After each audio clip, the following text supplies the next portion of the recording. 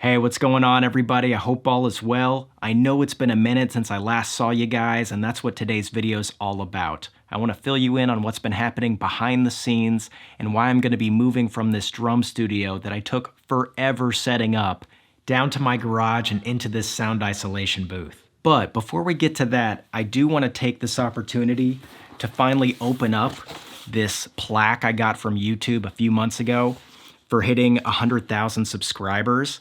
And I wanted to do it with you guys because, that's how I got this thing. I'm only here because you choose to watch, and I really appreciate it.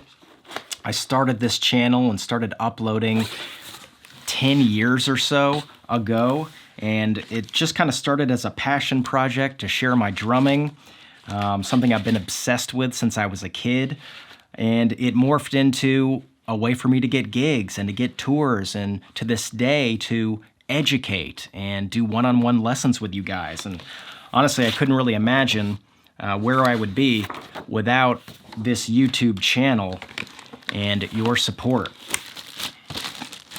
Presented to Jeff Randall for passing 100,000 subscribers. Let's get that glare out of there. Pretty cool. Pretty cool, guys. Thank you very much.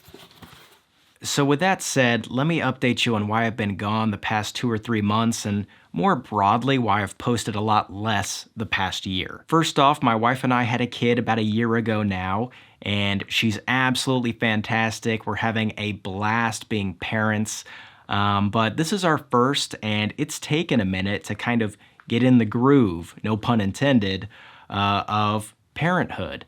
And I also wanted to take advantage of this time too. You only get this once or twice, or, I guess however many times you have kids, but, you get one time per kid to really experience the first year of life, and I wanted to take full advantage of it. And, now after a year or so, I feel like we're starting to get into a rhythm of things, no pun intended. It's so stupid. And I'm starting to feel like I can really get back into posting and get back to the channel, really. Another thing that's been taking up a lot of my time is my one-on-one lessons that I do online on Zoom. And that's what I do for the majority of the week, working with you guys one-on-one, and it's been absolutely fantastic. I made a decision last year to stop touring and gigging for the most part, and to really go full-time into this drum education thing. And ever since, it's been really great, and I've actually been developing courses along the way, using the materials and the concepts that we're working on in the lessons. And I'm looking forward to rolling those out to you guys in the near future. So those are the first 2 reasons I've been gone a lot. I had a kid, and I've been doing a lot of one-on-one lessons. Now this third reason is the main culprit, and it's the one I want to talk to you guys about a little bit, and that's this drum room. And for those of you who have been following me for a year or 2 now, you saw me unveil this space, and I was all excited about it, and I walked you guys through the building process of it. And if you're curious to see that video, I'll link it in the description box below. But to make a long story short, my wife and I bought a house, and I had this upstairs bonus room that I could use as a drum room. And I was so pumped because before this room, I'd been in a storage facility for nearly 10 years where I did all my practicing and filming.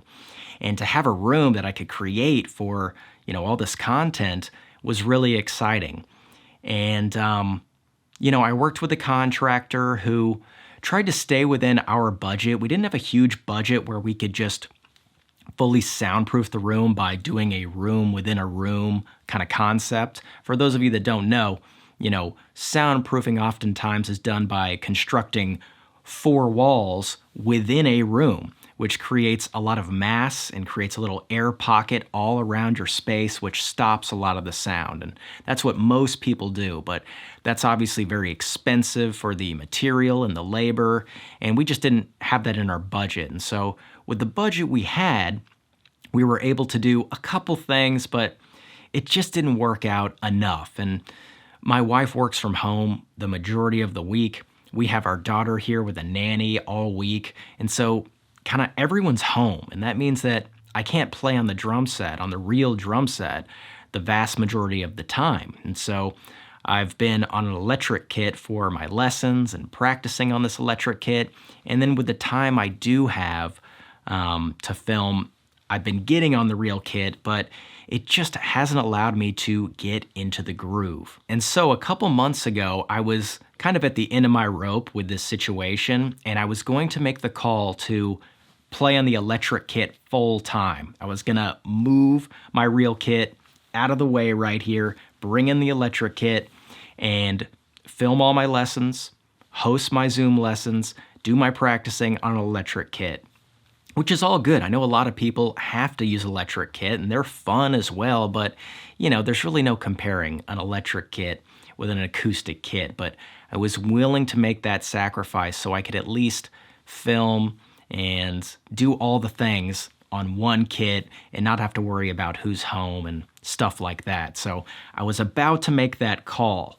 And that very week, I found a sound isolation booth used on Facebook Marketplace 10 minutes down the road. And this is it. It's by a company called Whisper Room, and it's a 12 by 8 foot unit. And this thing is 4,000 pounds. So I had to take it apart over at the condo where it was located, load it up on a U-Haul truck, bring it over here and set it up. And my wife and I didn't know if it was gonna be enough for us. We didn't know if it was gonna take the volume down enough because they're not rated to be 100% soundproof. They estimate that it takes the volume down by about 75%. And so when we set this thing up, and we were able to do a test. I played some drums. My wife walked around the house.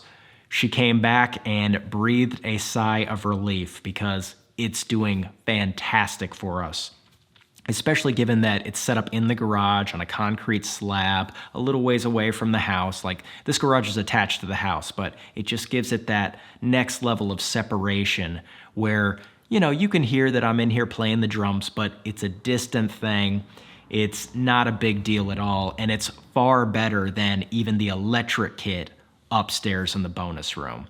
So, thank goodness, crisis averted.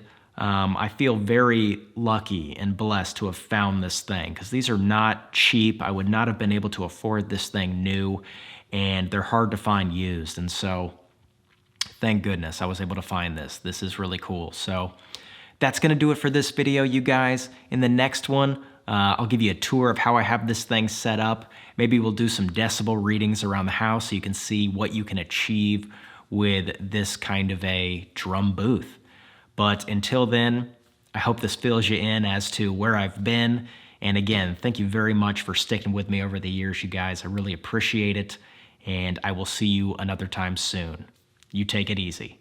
Bye-bye.